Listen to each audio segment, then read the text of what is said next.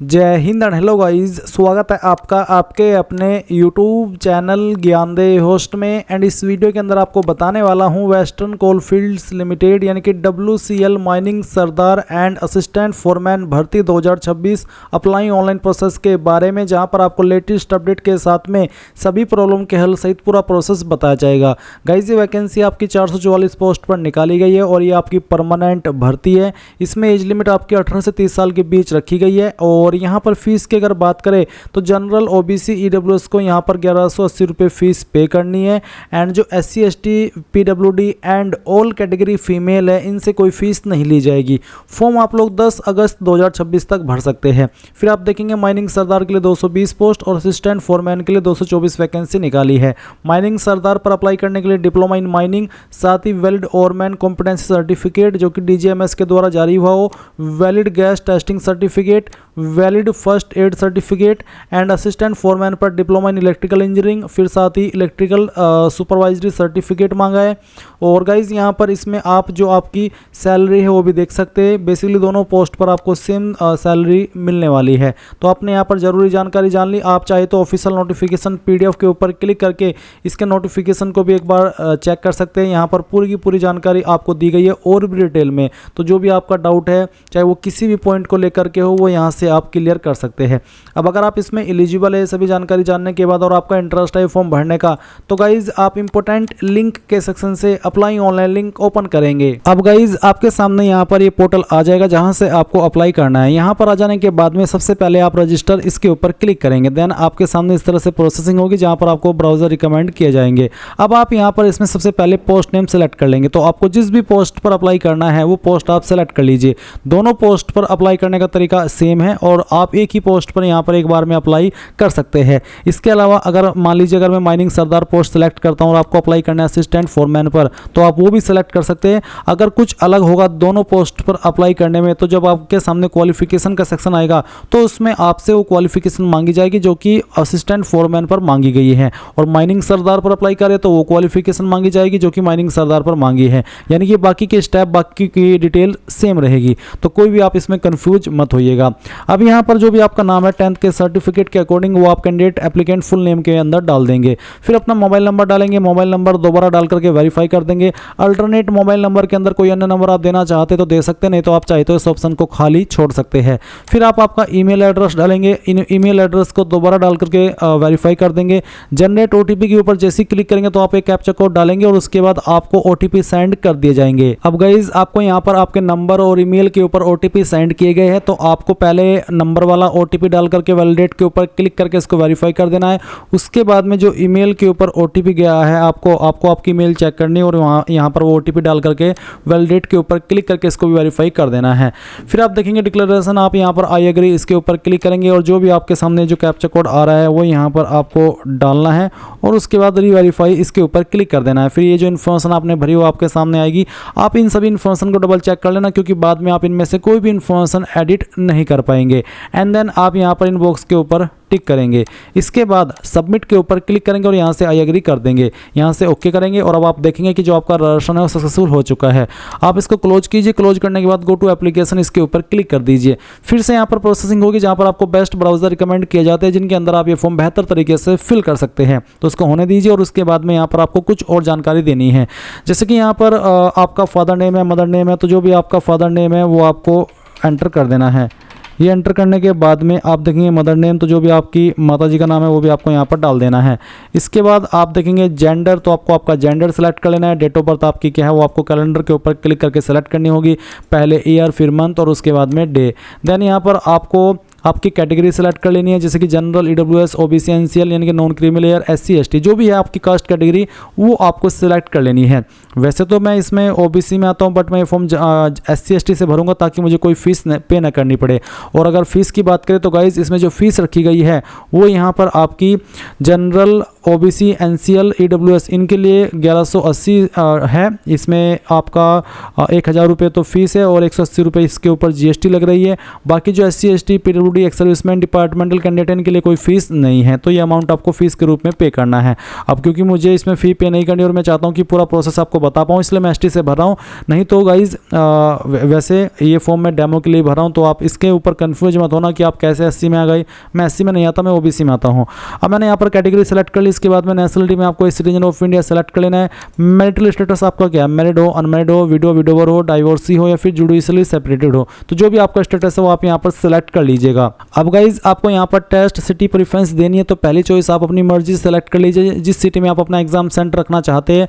उसके बाद आप यहाँ पर सेकंड चॉइस सेलेक्ट कर लेंगे। फिर यहाँ पर आपकी थर्ड चॉइस भी आपको सेलेक्ट कर लेनी है अपनी मर्जी से। सिर्फ इन्हीं सिटी में आपका एग्जाम सेंटर रहेगा। एक्स सर्विसमैन डिटेल में आपको बताना कि क्या आप एक्स सर्विसमैन है, अगर है तो यस, नहीं तो आपको नो कर देना है। फिर क्या आप एक डिपार्टमेंटल कैंडिडेट है जो कि CIL यानी कि कोल इंडिया लिमिटेड या जो उसकी सब्सिडाइरीज यानी कि जो उससे जुड़ी हुई कंपनीज है उसमें, अगर आप हैं तो यस, नहीं तो आप नो कर देंगे। और नो करने पर यहाँ पर एक और सवाल आता है कि क्या आप एम्प्लॉयड है government, semi government, autonomous body या फिर पब्लिक सेक्टर अंडरटेकिंग एक्सेप्ट ये वाले डिपार्टमेंट जो कि CIL के हैं। अगर है एम्प्लॉयड तो यस, नहीं तो आपको नो करना है। फिर आप यहाँ पर सेव एंड नेक्स्ट के ऊपर क्लिक कर देंगे।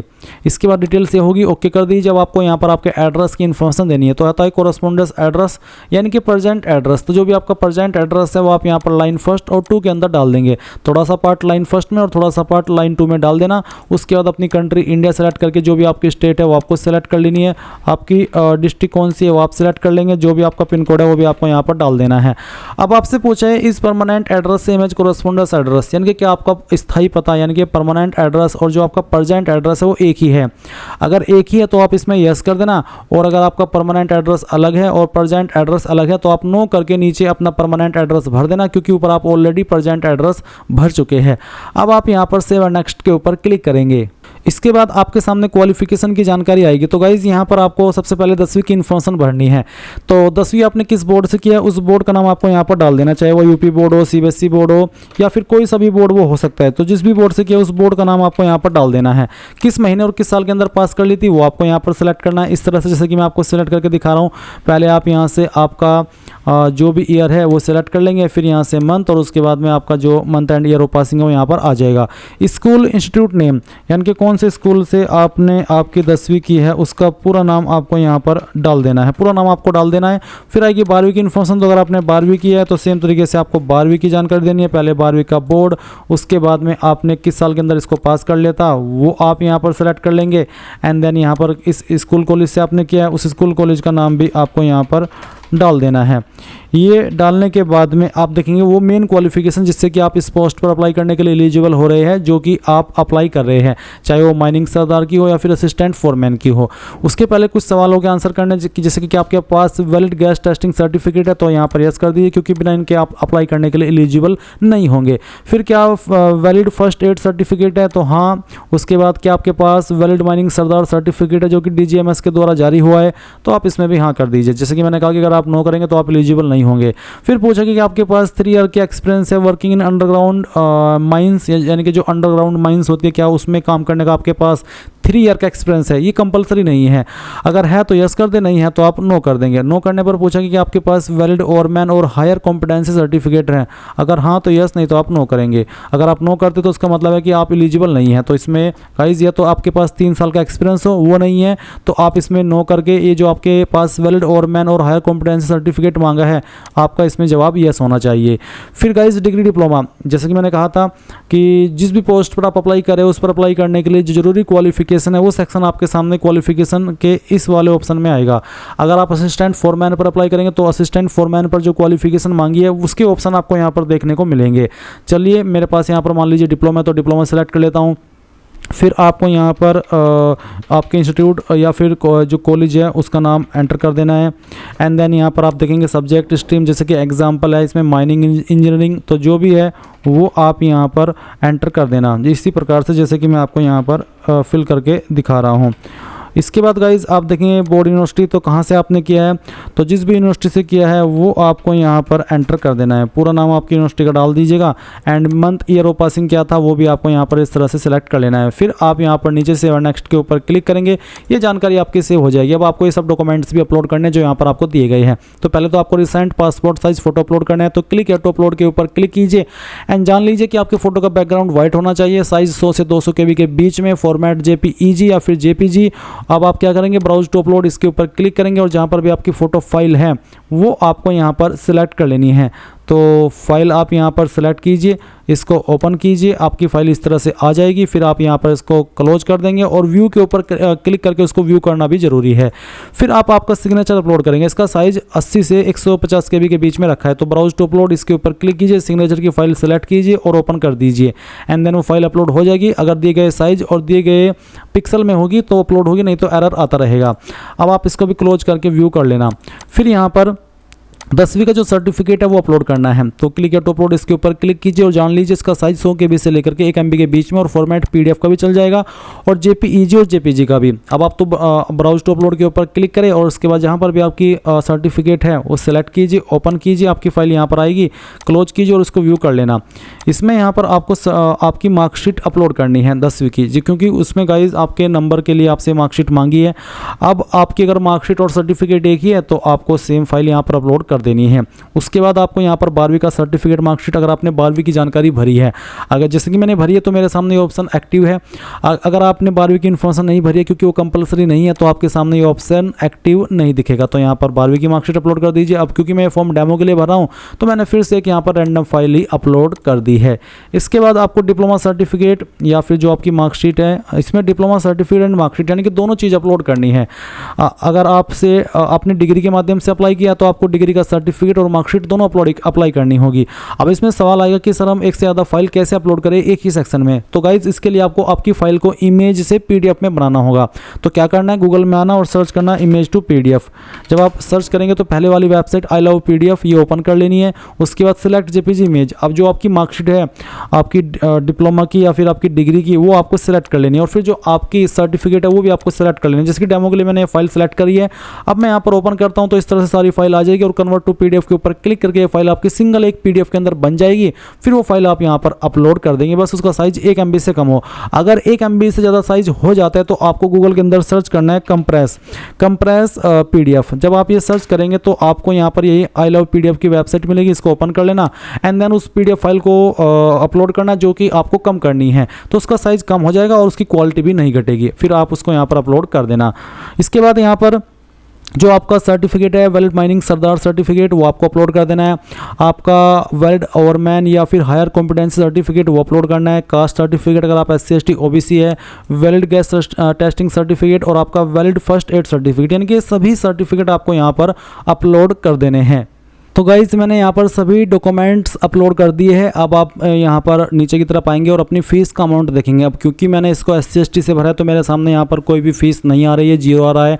अगर आप जनरल OBC है तो आपको यहाँ पर अमाउंट देखने को मिलेगा आपकी फ़ीस का, तो वो आपको पे करना होगा।